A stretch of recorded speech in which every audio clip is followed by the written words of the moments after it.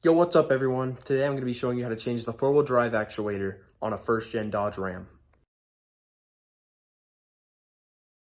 Alright, so the first step is figuring out what differential you have. So if you crawl under your truck, you'll see right here that this says 44. This indicates I have a Spicer or Dana 44 differential. And I'm not sure about the Dana 60s, but these can come with either the Dana 44 or the Dana 60. And as you can see right here, I have the Dana 44. Now, the first step is to drain the fluid out, but there's two ways you can do it. You can either get a pump and take out your fill hole bolt and pump all the fluid out, which does it a decent enough job, but it doesn't get all the fluid out. Or you can buy a front differential gasket and just take off the whole front differential and then all the fluid will come out, and that just drains it out completely. You can clean up all the inside, clean up the gasket surfaces, and that's just the best way to do it. So that's what I'm going to be doing. This little cylinder right here that goes into a little plate on top of your actual differential is your four-wheel drive actuator. It should have two lines coming off of it right here, and they should be held on by a little clip.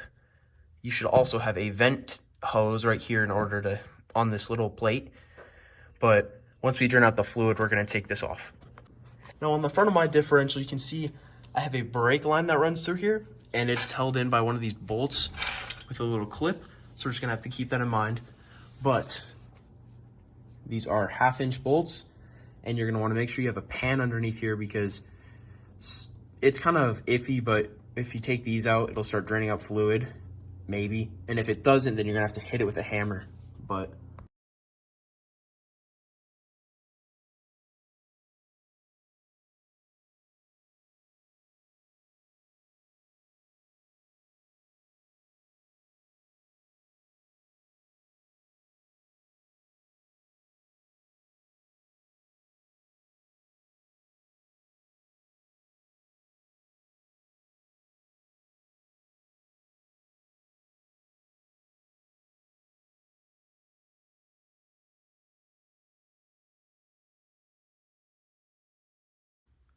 Alright, so I just got all those bolts broken free. They were way tighter than they should be. They should only be about 32 foot-pounds. And they were not 32 foot-pounds. So now, just take out the bottom ones, working your way up so that the fluid drains out. And if it doesn't start draining, just hit it with a rubber mallet.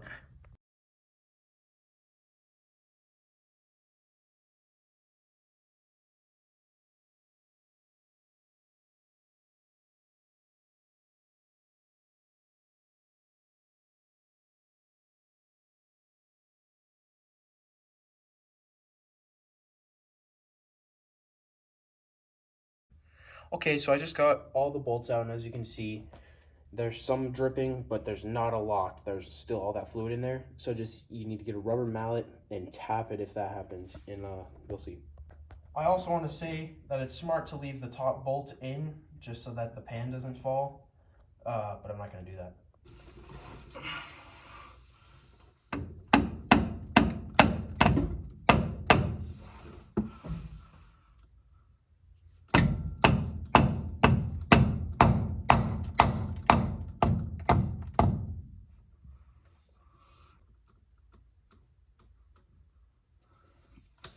I'm going to grab a plastic prying tool because you don't want to scar the metal.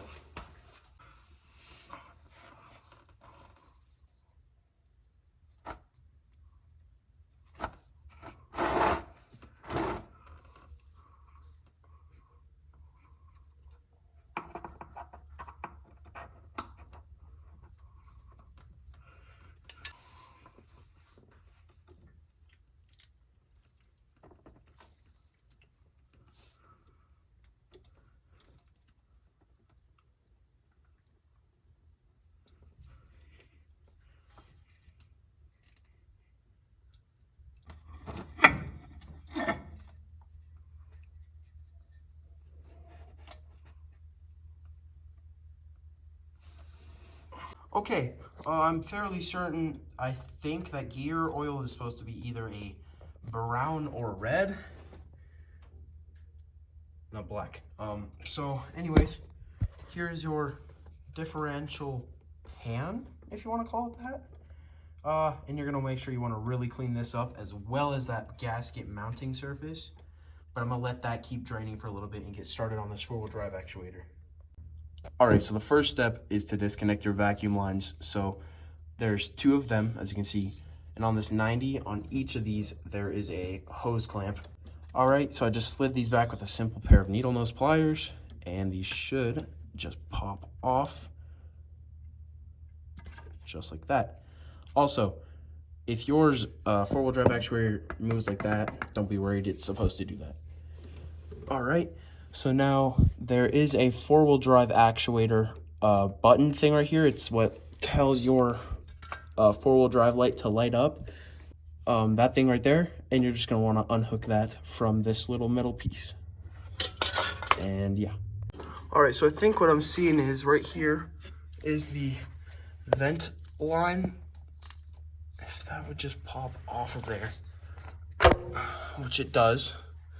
And then that gets routed down to the top of this little plate.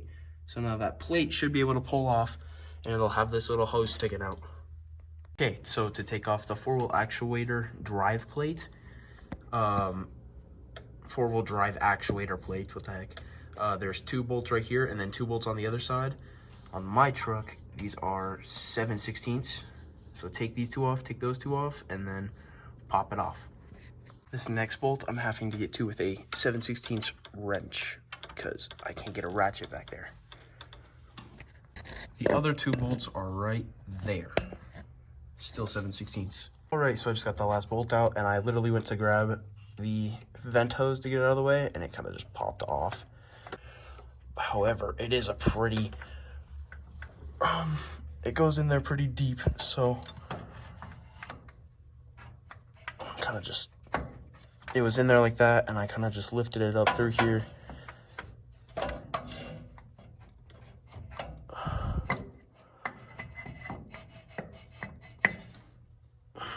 It's definitely not the easiest thing to get out. And I'm hooked. There it goes. Four-wheel drive actuator. Well, it's actually that. This is just the mounting kit for it. Right, so I'm gonna troubleshoot this real quick. So my four-wheel drive light was not coming on at all whenever I would put it in four-wheel drive. So I'm gonna check to make sure that this button works just by sticking these 2 leads on my multimeter into the little metal connectors in there. And I'm going to put my multimeter on continuity. So right now it shouldn't have anything because it's not in the four-wheel drive selector. But as soon as I move this over,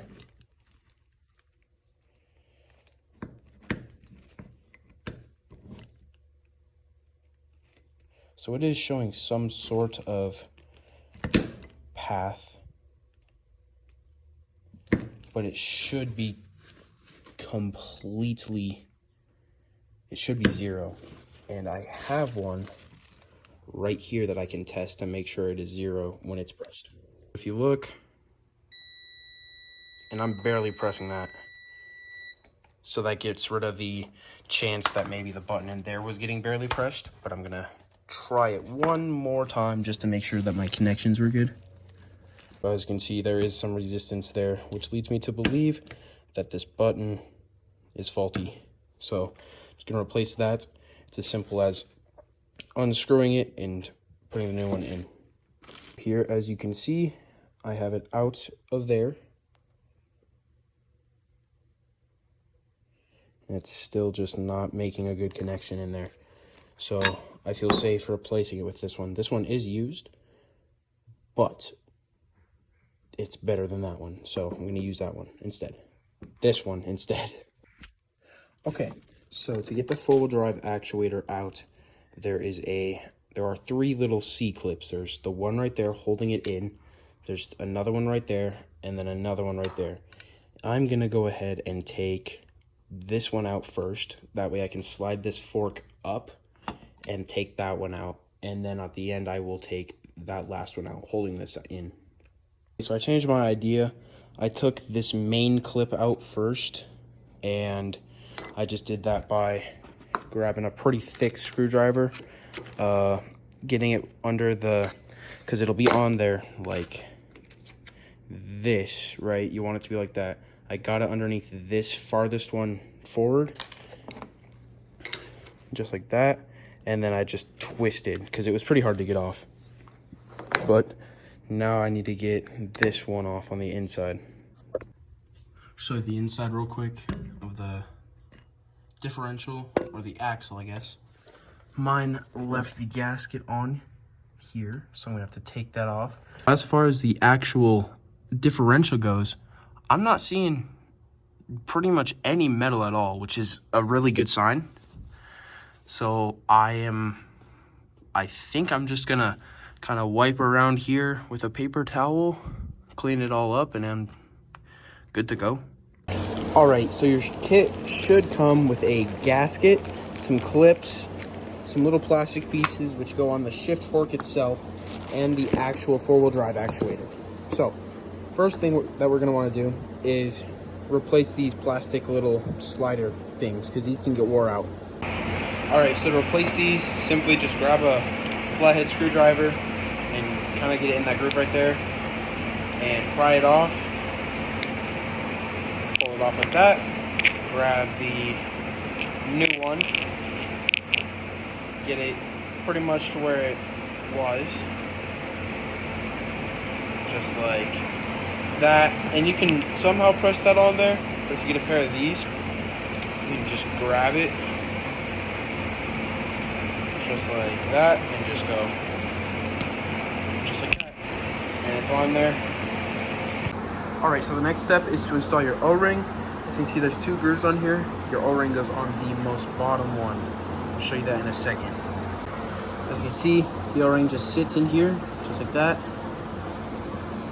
It's fairly loose. Okay, so you're going to want to put a little bit of an oil right on this seal and in front of it a little bit to help keep moisture out, and simply push it in here, as well as when you have that little fork down in there, and I'll show you the correct orientation in a second. As you can see, I just got it sat in there, had to slide it through there. If you're looking at it from the top, it would look like this if you were coming from the back of the truck, just like that. This sticks out a little bit. Anyways, got to put the clips on now. All right, so pretty much these clips just clip into place, of course. And to test to make sure that they're in place, you just want to try to spin them around with a flathead screwdriver. And if they pop off, then they weren't on all the way. But if they stay on there, then you're good to go. The next step is to install your four-wheel drive light button thing, switch, whatever. But yeah, just install this, tighten it down, and then it's time to put it back on the truck.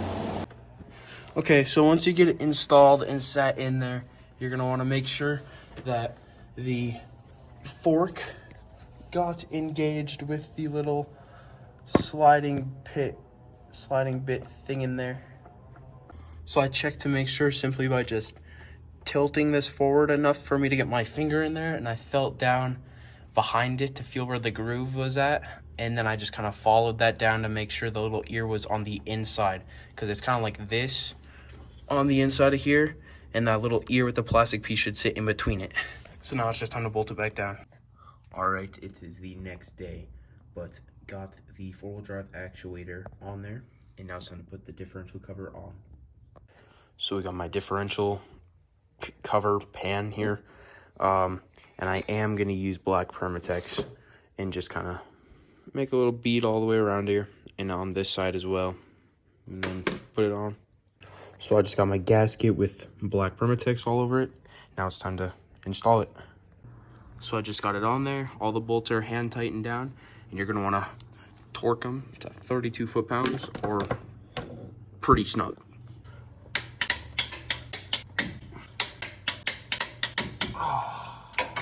Now for the next step, which is re-torquing all of them. My arms burn. My ears burn!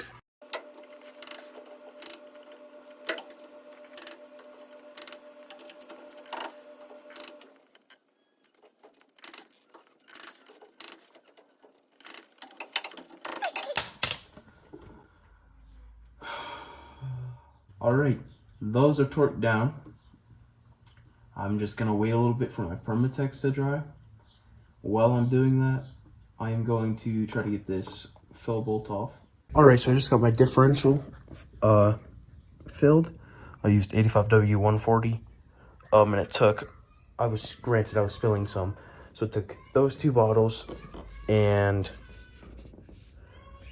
about a quarter of another bottle.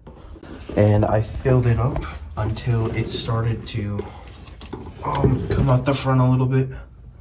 But that is the last step. Just put your fill plug back in, tighten it down, and you're good to go.